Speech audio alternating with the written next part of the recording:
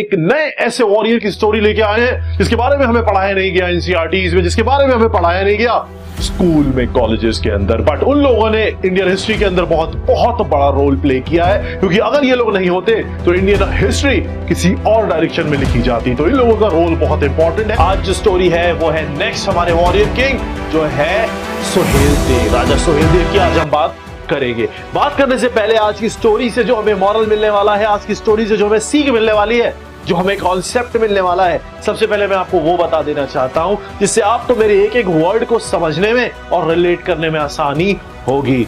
आज की स्टोरी से सबसे पहले चीज हमें यह समझ में आएगी कि इंडिया नहीं था उस टाइम में। तो हर राजा एक दूसरे को नुकसान पहुंचाने की सोचता था अपने फायदे के लिए, और वो इस चीज को करते टाइम ये भूल जाता था कि हम सबको एक दिन गुलाम बनना पड़ जाएगा, जो कि ब्रिटिशर्स ने हमें बनाया था। ब्रिटिशर्स ने सेम चीज का कॉन्सेप्ट यूज किया और एक को हेल्प करके दूसरे का नुकसान पहुंचाया, फिर तीसरे को हेल्प करके इसका नुकसान पहुंचाया, फिर सारे लोगों का नुकसान करने के बाद ऊपर अपने आप को अथॉरिटी बना के बैठा दिया। तो हमेशा यूनिटी रहनी चाहिए, और यहां पे आज की स्टोरी से हमें यही समझ में आएगा कि यूनिटी की वजह से जो राजा लड़ाई हारते जा रहे थे वो भी उस इन्वेडर को मारने में सक्सेसफुल हो पाए। स्टार्ट करेंगे आज की स्टोरी। आज की स्टोरी के जो वॉरियर है वो है राजा सुहेल देव। यूपी में श्रावस्ती एक जगह है बहराइच, वहां के ये राजा हुआ करते थे। इनकी जो एंट्री है वो अपने तरीके से कराएंगे। सबसे पहले चलते हैं थोड़े से पीछे, जहां से ये कॉन्सेप्ट, ये चीजें स्टार्ट हुई। एक इंडिया में आया, लूट मचाई, सोमनाथ को बर्बाद कर दिया, टेंपल को। 1009 से लेकर 1026 1026 एडी, इस पीरियड के बीच में महमूद ऑफ गजनी ने इंडिया में तबाही मचाई। उसका सिर्फ एक पर्पस था, वो नॉर्थ वेस्टर्न पार्ट से आता था और वो आके इंडिया में लूट के जाता था इंडिया के मंदिरों को। आपको पता है इंडिया, हमारा जो भारत है वो सोने की चिड़िया हुआ करता था, क्योंकि हमारे पास इतना सोना था, इतना गोल्ड था कि आप इमेजिन भी नहीं कर सकते। तो गजनी इंडिया में आया, इंडिया में पहुंच जाके उसने लूट मचाई। जो सबसे उसकी मेजर जो लूट थी वो सोमनाथ टेंपल की थी, जहां से बहुत सारा सामान वो लूट के ले गया था। इसके अलावा पंजाब, इसके अलावा मथुरा, ग्वालियर, उसने मतलब कन्नौज, इंडिया में ऐसी कोई जगह नहीं छोड़ी नॉर्थ इंडिया के अंदर जहां पे पैसा हो और मंदिर हो, जहां पे उसने लूट ना मचाई हो। वो सारा पैसा लेके वापस चला जाता है अपने गजनवी में, जगह होती है गजनवैद, वहां पे वो कैसे कह सकते हो कि वो एक रूलर था, तभी उसको बोला जाता है महमूद ऑफ गजनी। वहां पे वो जाता है, वहां पे उसका एक तेज तर्रा नौजवान, उसका नेफ्यू, उसका भांजा होता है, जिसका नाम होता है सलर मसूद। सलर मसूद एक नया लड़का होता है, एक नई उम्र में आया हुआ राजा होता है, जिसके अंदर बहुत सारा अंदर एक समझ लो एनर्जी दौड़ रही होती है, और वो सनक दौड़ रही होती है, वो पागलपन दौड़ रहा होता है, वो लालच दौड़ रहा होता है। जो लालच उस महमूद ऑफ गजनी के वापस आने के बाद बढ़ जाता है। वो देखता है कि ये गजनी इतना सारा पैसा, इतना सारा सोना लूट के लाया इंडिया से, तो India is a very good country. वो कहता है मैं भी जाऊंगा और मैं लूट मचाऊंगा फिर से, अब मैं जाऊंगा। तो सलर मसूद पूरी प्लानिंग करता है, और ये प्लानिंग करने के बाद वो अपनी एक बहुत बड़ी ह्यूज आर्मी तैयार करता है, 1 लाख लोगों की। वो आर्मी तैयार करते टाइम ये भूल गया होता है कि इंडिया में एक राजा जो एक छोटी सी जगह पे राज कर रहा है, वो उसकी मौत का कारण बन जाएगा, वो उसकी तबाही का कारण बन जाएगा। और वो इंसान, वो सुहेल देव, वो राजा, जिस राजा से लड़ने के बाद किसी भी नॉर्थ वेस्टर्न इन्वेडर की 150 साल तक इंडिया में घुसने की हिम्मत नहीं हुई, वो राजा का नाम है राजा सुहेल देव। इसको नहीं पता था कि इसकी मौत वेट कर रही है बहराइच में, इसकी मौत वेट कर रही है उत्तर प्रदेश में, उसको नहीं पता था। ये अपनी आर्मी तैयार करता है, बहुत ज्यादा ओवर कॉन्फिडेंट बंदा होता है, इसको लगता है मैं भी लूट के लाऊंगा, नया बंदा हूं, मेरे पास आर्मी है, मेरे पास जोश है, ये लूट के ले आए बुढ़ऊ, तो मैं तो ज्यादा लूट के आऊंगा। तो ये जाता है, सलर मसूद इंडिया में एंट्री करता है, पंजाब में घुसता है, तबाही में रौंदता हुआ आगे बढ़ता चला जाता है। आगे बढ़ते बढ़ते ये यूपी की तरफ घुसता है, यूपी में एंट्री करता है, और यूपी में बहराइच में जाके अपना डेरा जमाता है। बहराइच यूपी का एक जिला, एक जगह, वहां पे एक और जगह है श्रावस्ती बहराइच में, वहां के राजा हुआ करते थे राजा सुहेल देव। जब राजा सुहेल देव को पता लगता है कि एक आदमी, एक घुसपैठिया मेरे देश में घुस के, मेरे मातृभूमि में घुस के अपना ठिकाना बनाना चाहता है तो उनका खून खौल जाता है। भले ही मैं छोटी सी जगह पे बैठा हूं, भले ही मैं छोटी सी जगह का राजा हूं, लेकिन किसी की हिम्मत नहीं कि मेरी उस छोटी सी जगह पे आके अपना झंडा गाड़ दे। ये बोल के सुहेलदेव सनक जाते हैं और सुहेलदेव कहते हैं कि अब मैं इस इंसान को यहां से जिंदा तो वापस नहीं जाने दूंगा, वापस तो जाएगा लेकिन ये 4 अलग अलग पार्ट्स में वापस जाएगा। पार्ट्स नहीं बोलते हैं क्योंकि उस टाइम पे इंग्लिश यूज नहीं की जाती थी, बोलते हैं 4 भाग में इसको वापस भेजूंगा मैं। इसकी हिम्मत कैसे हुई यहां घुसने की? एक छोटी सी जगह का राजा, ना उसके पास नई आर्मी है, ना उसके पास नई एडवांस टेक्नोलॉजी है, ना उसके पास नए बहुत बढ़िया हथियार है, बट उसके पास जिगर है, उसके पास जिगर है, उसके पास अपने देश को बचाने की हिम्मत है। राजा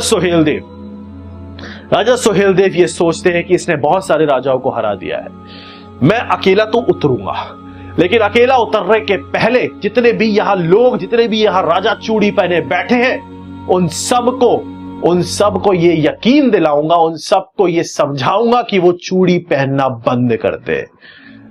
राजा सुहेलदेव, जितने भी राजा बैठे होते हैं, कोई उनका सपोर्ट करने नहीं आ रहा होता। लोगों को लग रहा था भाई तुम्हारे इलाके में घुसा है, यूनिटी नहीं थी तो तुम्हें ही बर्बाद होना है, हमें तो बर्बाद नहीं होना। राजा सुहेलदेव हर किसी को रोल करके पत्रा भेजते हैं और उस पत्रे में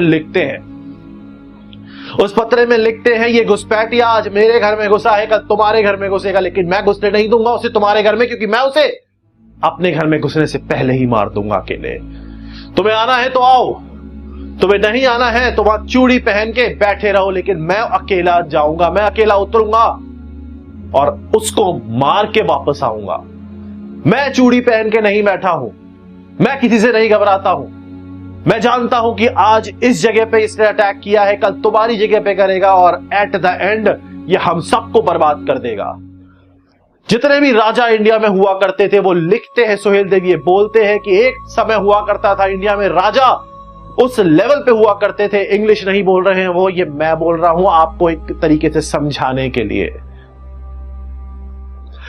बोलते हैं सुहेलदेव कि यहां पे जितने भी राजा हुआ करते थे, कभी किसी राजा ने तलवार जो है वो बहुत टाइम तक म्यान में छोड़ी नहीं है, और तुम लोग तलवार म्यान में रखे सालों से बैठे हो।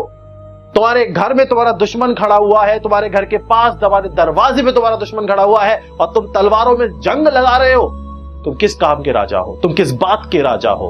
तुम्हारी आंखों में खून होना चाहिए, तुम्हारे बाजुओं में जो दम है उस दम को दिखाने का भी दम होना चाहिए।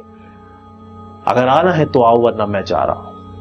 और सुहेलदेव ये कह के अपनी छोटी सी आर्मी तैयार करके आगे बढ़ जाते हैं। बोलते हैं सलर मसूद का मैं अच्छे से खात्मा करूंगा।